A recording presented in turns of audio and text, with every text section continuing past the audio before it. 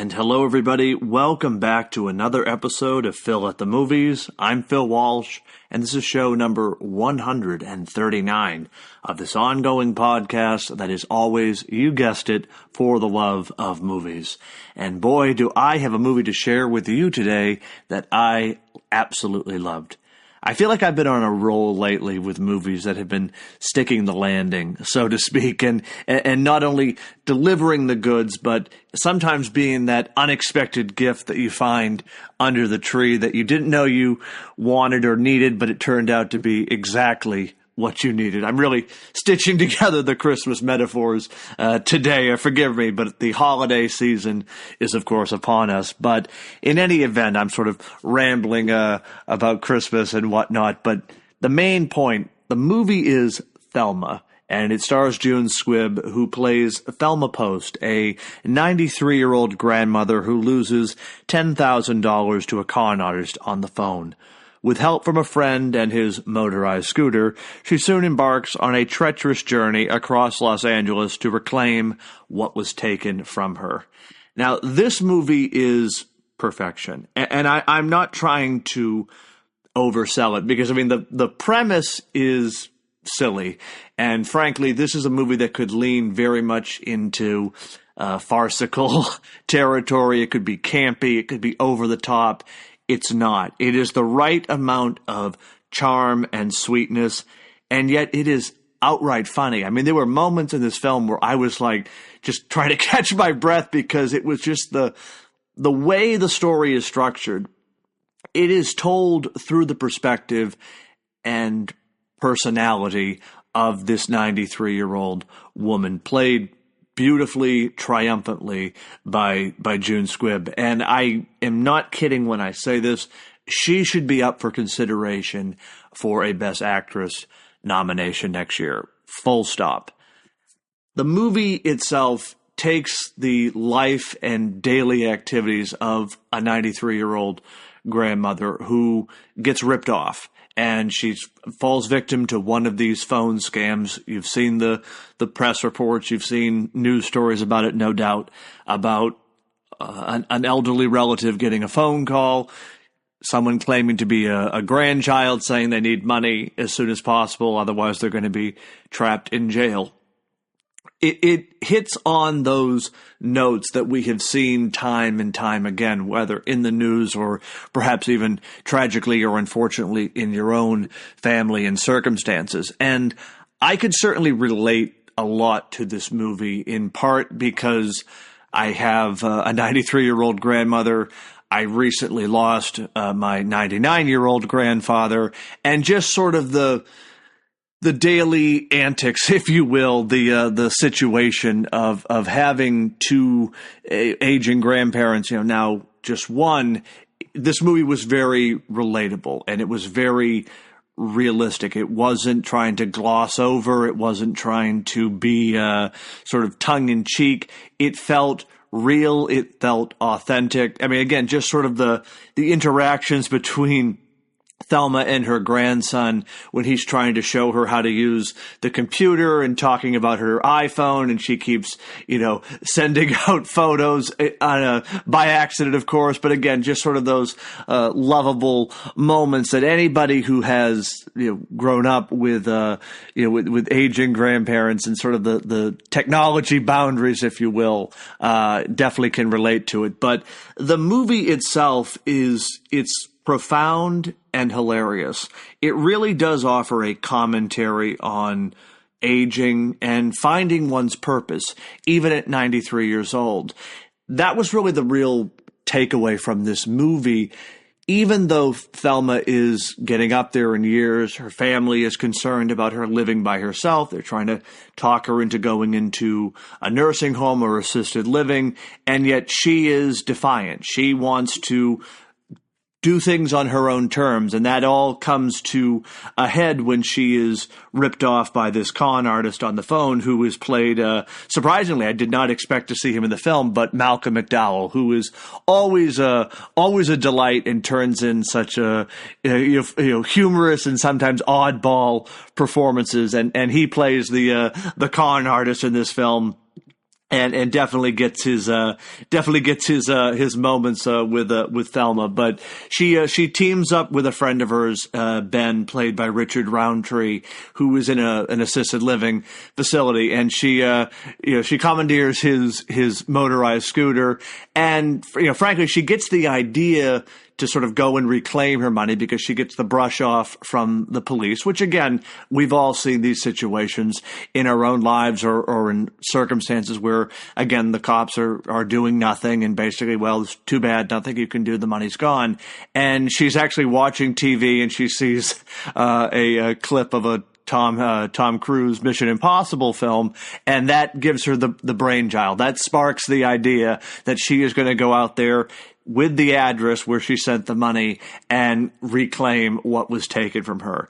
And it's sort of almost like a spy movie in a way, like very Mission Impossible vibes, just even in terms of the music. And there's a point later on where Thelma's sneaking into the antique shop where they're running this scam outfit in the back, and he's talking in her ear, and it's the sidebar, they're using her, hearing aid, but they're, linking it to her phone. But it's very much a Mission Impossible, any number of spy tropes or whatnot come into play here. But what I found so unique about this film is they could have gone over the top. They could have just turned her into a Paul Kersey, Death Wish, John Wick style grandma. And yeah, that might have been hilarious, and it might have, certainly packed more of a punch, if you will, with general audiences, but it would not have been sincere. And that's something that this movie shines through over and over again. Everything has a point to it. There's some basis of logical reasoning, like, okay, Thelma's decides she's got to have a gun for this undercover mission that she's going on, and she knows a friend of hers has it, so they go over to her house. Ben distracts the friend, and Thelma goes upstairs to get the gun. But it's the whole process of her trying to get the gun and sort of maneuvering a 93-year-old body over a bed, up onto a shelf, getting the gun out of the safe box, and then seeing I think a cockroach or something on the floor, and then dropping the gun, and of course it goes off. And, just sort of those little back and forth, moments, she gets, completely turned around and lost on their way while riding the scooter. Again, just keeping it very much in that realistic, okay, she's still 93 years old. She's not an action star. She's not a Supergirl or Wonder Woman or something. It's very much meant to be, okay, we're going on this journey with her. But June Squibb is so sincere. She's so funny. She's so honest. Like, again, she presents as this sort of a nurturing, grandmotherly type figure where you almost expect her just to be knitting for the entire movie. But she's good with the quips. She's good with the observations, and she sets her mind to something. And that's something to applaud, just sort of in the grander scheme of things. I mean, that this is someone who's not content to sit home and let life pass her by. She's going to go out there and get back what was taken from her. And by the end of the film, I was cheering. It left me with such a huge smile on my face. And I'm like, what, June Squibb, she is the hero that we deserve at this time. We honestly deserve someone like this. It is funny. It is heartbreaking at points, and not like, somebody dies. Nothing like that happens. But just the way in which sometimes the elderly can be almost looked down upon by society or viewed as a burden, that really hit close to home. Again, I think partially because I have, an aging grandmother. So again, I understand a lot of sort of the minutia and the background, vibes that were going on in this movie. But I mean, by the end of it, it delivers something that is a crowd pleaser. Like, she is triumphant by the end of this film. She's doing things on her own terms. It's sort of like a dialed back spy espionage movie, like as stripped down and as bare bones as you could possibly be, but yet there's a warmth to this film, and it has a lot of sort of indie film vibes that I also appreciated throughout it as well. But it's charming, it's sentimental, it delivers a message that I think can resonate whether you have aging family members or just sort of thinking about your own purpose in life. Age is just a number, and that is something that I have seen throughout my own life. Again, it's not to go too personal here, but my grandfather, who lived to be 99, he lived every day with the mindset that age is just a number. And that is something that I've always tried to take into my own life and never sort of forget that just because you're a certain age, you have to either wait or, things have to, pass you by.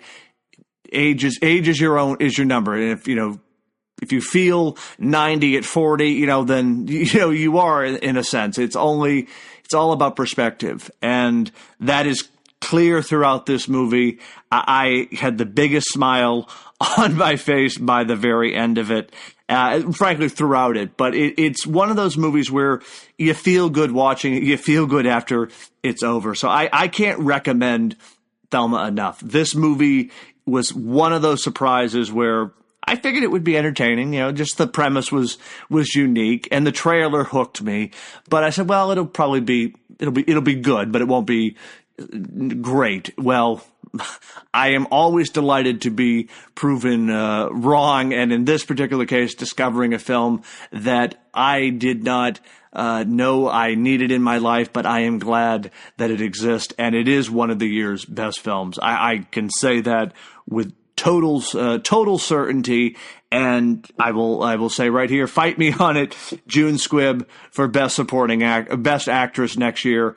It needs to happen. It should happen, and I will be heartbroken if it does not come to pass, because at the very least, she deserves a nomination, because this role, you could easily have leaned into just outright comedy and sort of over-the-top campiness. It doesn't go into that direction. June Squibb finds that balance between both sincerity and humor and just creating a character that is lovable. I mean, the audience is going to fall in love with this character and be cheering for Thelma all the way. When she gets on that scooter and she books it out of the nursing home, I mean, I was cheering, yes, go Thelma, go. This movie, just a feel-good movie if there was ever one that we needed right now, and certainly one that I would recommend now that we have Thanksgiving coming up. If you're looking for a good family movie to watch, it's available on different streaming platforms.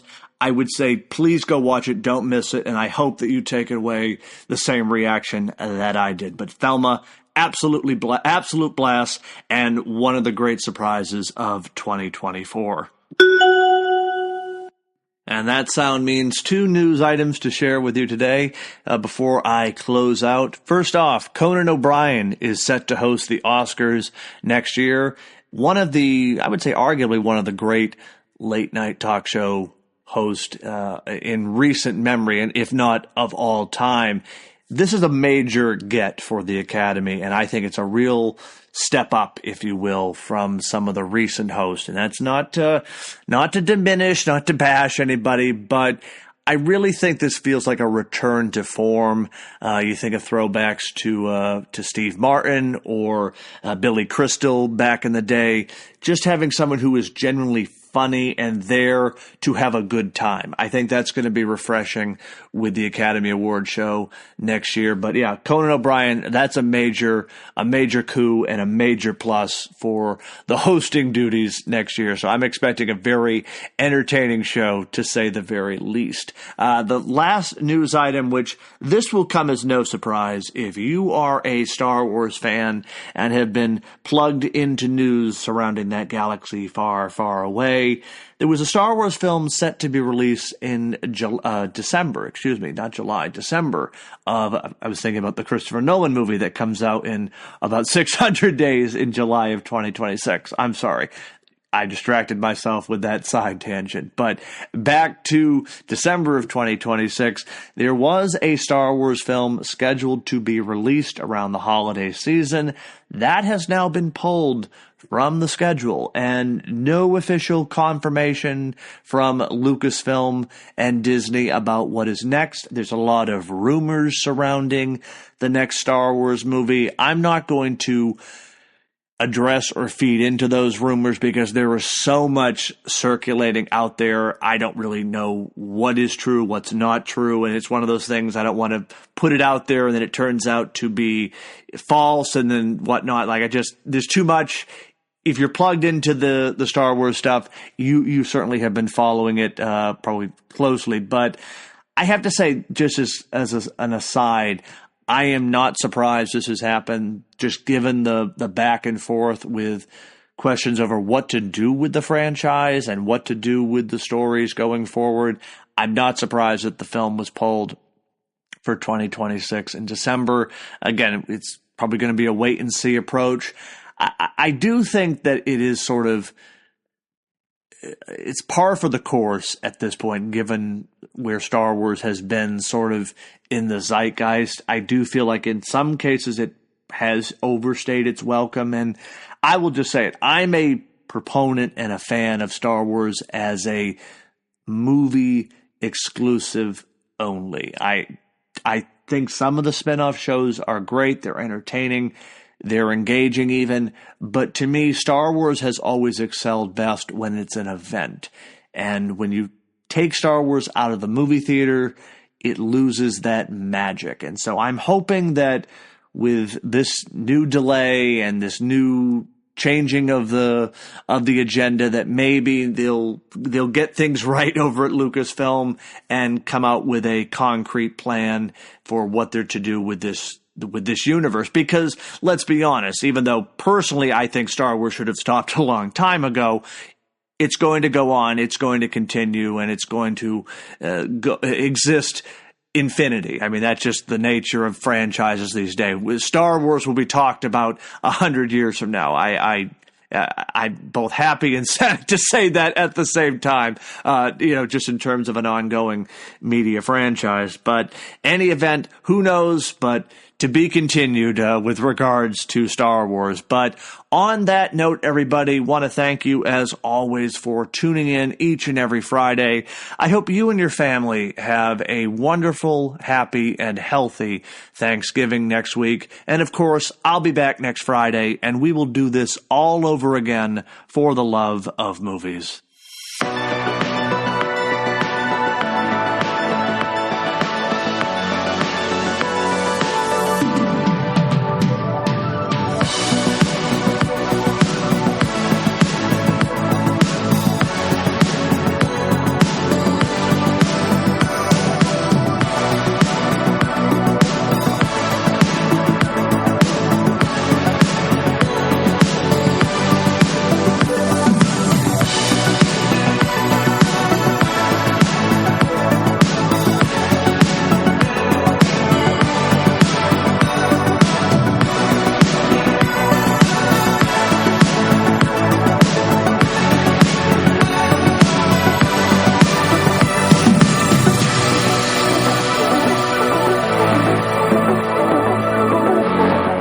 All copyright material used or referenced in this show belong to the rightful owners and is made possible by the Fair Use Act. Thank you for listening to Phil at the Movies.